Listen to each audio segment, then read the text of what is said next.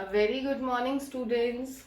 You remember that yesterday we took up the modals and we took up can, could, may and might. I'm very happy that you come up with the homeworks also. So now we will continue the topic modals, and I am taking up the modals which are will, shall and would. Let's concentrate. Same here again, I am taking up these three modals in comparative study. Let's take up these three modals: will, shall and would. The first usage of will is future action. Now let's see how shall is used. It is also used for future action. Now come here again. This would also is used for future action. Now these three are used for the same action. As earlier we took up the same usage in case of can and could, same usage in case of may and might. Here there are three. So now let's see what is the difference between these three usages. Come to the first one, that is future action, the action which is going to be done in the future, and here I have written almost 100% sure.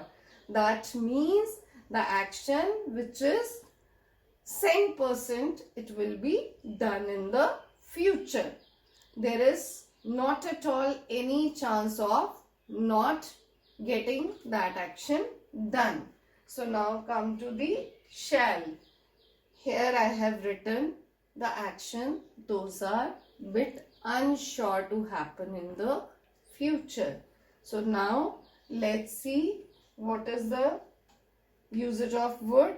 Here again I have written those actions which are bit unsure to happen.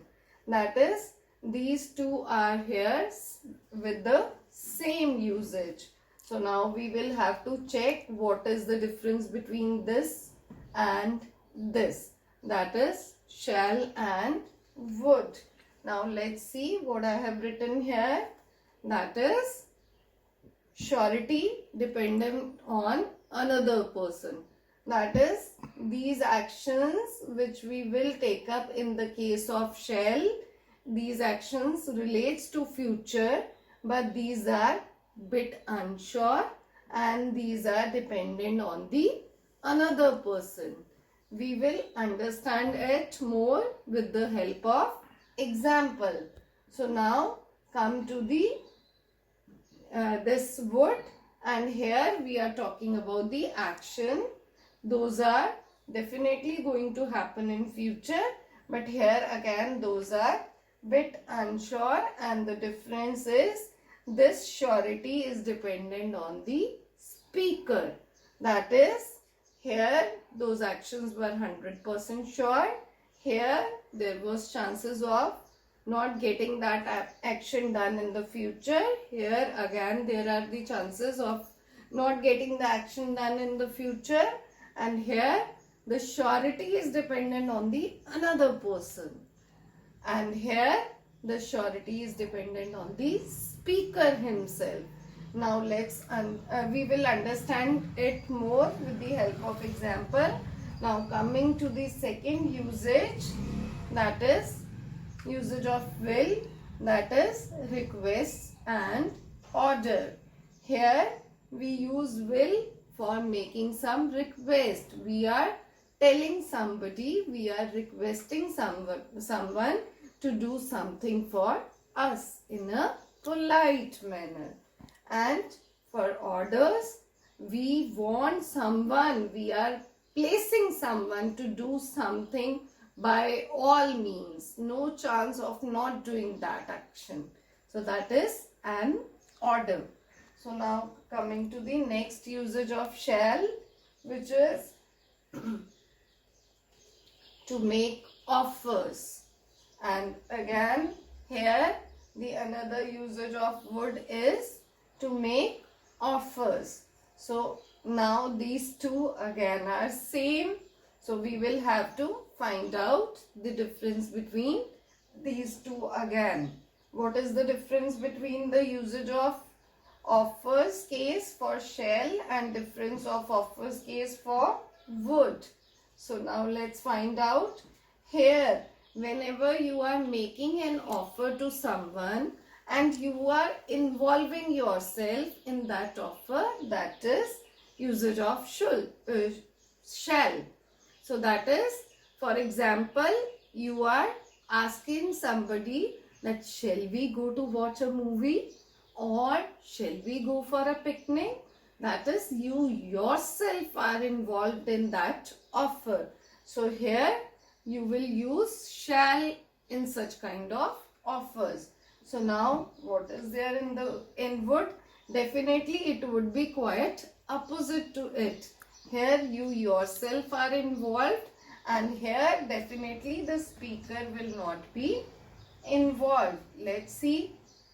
Now look here, I have written that these are the offers to others. These are the offers made to others and you yourself are not involved in that offer. For example, if I say that, would you like a cup of coffee? Here you yourself are not taking yourself in that offer. You are just telling somebody to take that. So that is offer to others. Now let's understand it more with the help of examples. For future action, if we use will, I will go to the market by all means. There is no chance of that action not to happen. Here, I shall go to the market, and here I have written if I get permission. That is, I am sure that I will do that action, but it depends upon the other person that he or she will allow me to perform that action or not. So that is if I get permission. So here this action is bit unsure to happen. So now next, I would go to the market. That is, you have the intention to go to the market, but you are not adamant to do that action, right? For example, if you will be okay with the things, if you will be okay with the conditions, then only you will go to the market. Otherwise, you will remain at home. So here, no adamancy is there, and the surety is dependent on the speaker. So that is why the action is bit sure, but it is dependent on the speaker. So now let's shift to the next one. That is, another usage of will was to make requests and orders. So now, first of all, I am taking the example of request. That is, will you do me a favor? Right? So it is a request. In polite manner, you are asking someone that will you do that work? So now, coming to the next one, this is an order. You will not enter the class until you complete your work. So now, following the pitch, that is an order. That is, you are telling someone that you are bound to perform that action before entering the class. So that is an order. So the usage of shall and would was to make offers. So now let's see the different examples for shall and would. The example for shall is, shall we go for a picnic? So that is, here you are involving yourself. And offers using would is, would you like to have a coffee? Which I have just told you earlier. That is offer to others. So now coming to the another usage of would. Those were only two usage. So now here I would definitely mention the another usage of would. According to modern English students, now we are using would to represent a past action. You remember earlier we were used to say that I used to do this action in the past time. So now here this would is replaced in place of would. That is another usage of would. So now we don't use used to in our English language. Now instead we use would. For example, I would go to temple when I was running in my teens.